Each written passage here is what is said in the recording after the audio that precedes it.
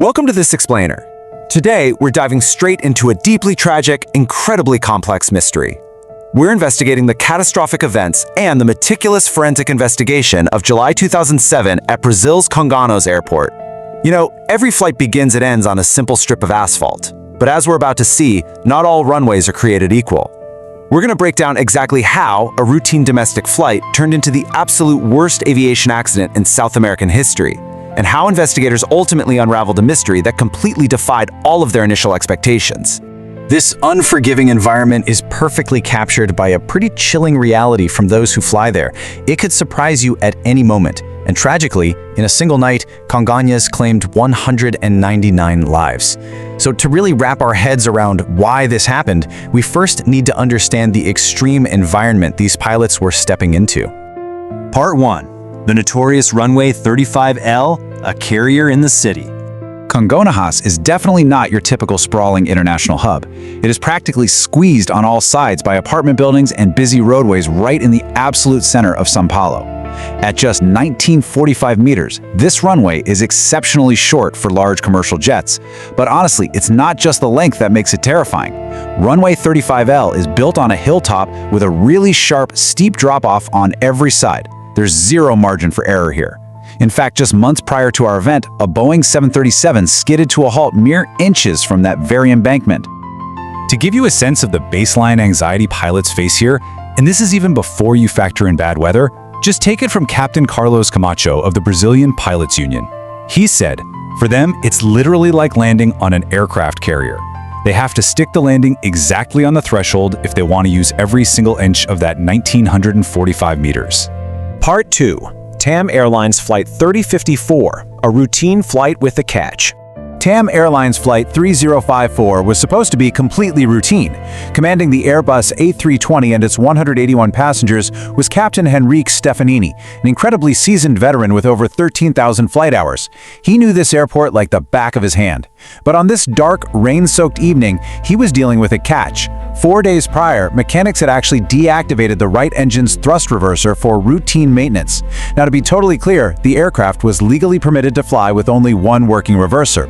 In fact, this exact plane with this exact maintenance setup had safely landed on runway 35L earlier that very same day. But still, Captain Stefanini knew he was heading into heavy winter rains with less stopping power than he'd normally have. Part 3. Disaster in São Paulo, the 30-second nightmare. So heavy rains have been absolutely pounding São Paulo. As Flight 3054 descends, air traffic control warns the crew. The runway is wet and it is slippery. The plane touches down right where it needs to. The captain applies reverse thrust to his one working reverser, and the pilots are pressing hard on the foot brakes. But inexplicably, the plane doesn't slow down. It's eating up the runway at a terrifying pace. And then, almost as if it had a mind of its own, the aircraft pulls violently to the left, veering completely off the tarmac. The human cost of this was immediate and horrifying. The Airbus slammed directly into a TAM Airlines building at an adjacent gas station, sparking a massive 1,000 degrees Celsius inferno. First responders, like Dr. Douglas Ferrari, rushed to the scene hoping to treat survivors, only to be met with utter devastation. Everyone on board the plane perished, along with several people on the ground, making this the deadliest aviation accident in South American history. Part 4. Searching for clues, the hydroplaning red herring.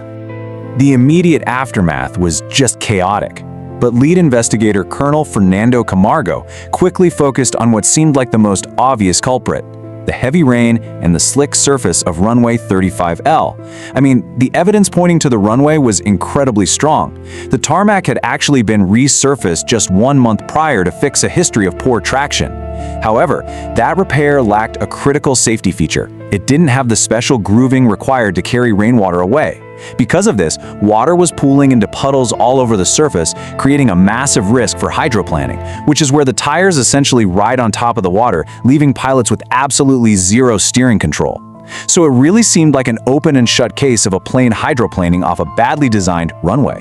But then, investigators checked the airport's surveillance video, and guys, this completely flipped the investigation on its head.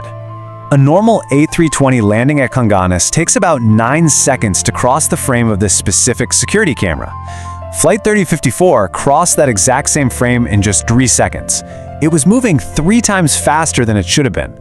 This proved beyond a doubt that it wasn't just a plane sliding helplessly on wet tarmac. It was a plane hurtling at a terrifying, accelerating speed. Part 5. Decoding the black box. A shocking revelation. To solve this speed mystery, investigators desperately needed the flight data recorders. The problem? They had been roasting in the 1,000-degree heat of a fuel fire. Colonel Camargo rushed the severely damaged boxes straight to the NTSB labs in Washington, D.C. And against all odds, the lab technicians worked an absolute miracle. By analyzing the temperature-sensitive chips, they could tell the boxes were exposed to heat way beyond their design limits. But, amazingly, the memory circuit boards survived. They successfully recovered 100% of the flight data. And the story that data told completely destroyed the hydroplaning theory. The data proved the foot brakes were firmly engaged and working perfectly. The plane had never skidded at all. Instead, the data revealed a catastrophic anomaly. As the plane touched down, the left engine was properly put into reverse thrust to slow the aircraft, but the right engine, the one with the disabled reverser, it was doing the exact opposite. It was accelerating to climb power.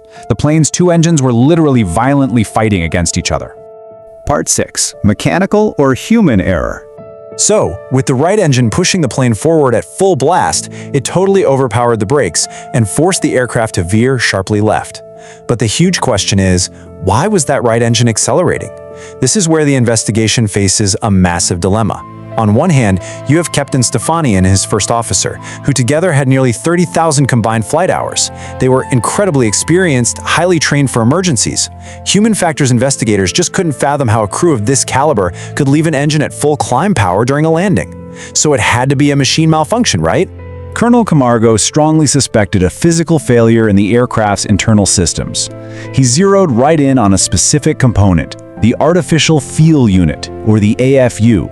Basically, this is the physical, mechanical link that connects the thrust levers the pilots move in the cockpit down to the actual engines on the wings.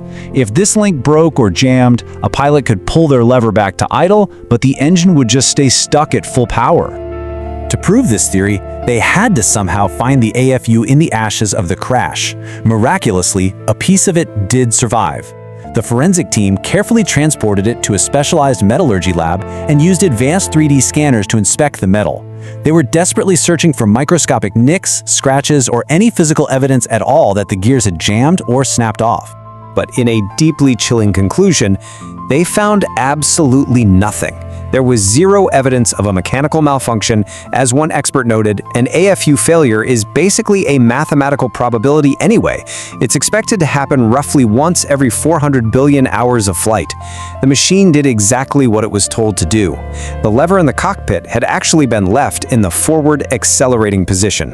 Which leaves us with a haunting realization. If the runway didn't cause it, and the machine didn't break, we are forced to look at the deeply complex human element. How does a master pilot, under the extreme stress of a short, wet runway and a known mechanical handicap, make an error that leads to an acceleration into disaster? It really forces us to rethink how we design technology for the human mind when it's under pressure. Because when human psychology and complex aviation technology intersect, the margins for survival can vanish in just 3 seconds. So what do you think is the limit of human perfection when we rely on complex machines? Keep that in mind as you process the tragedy of Flight 3054.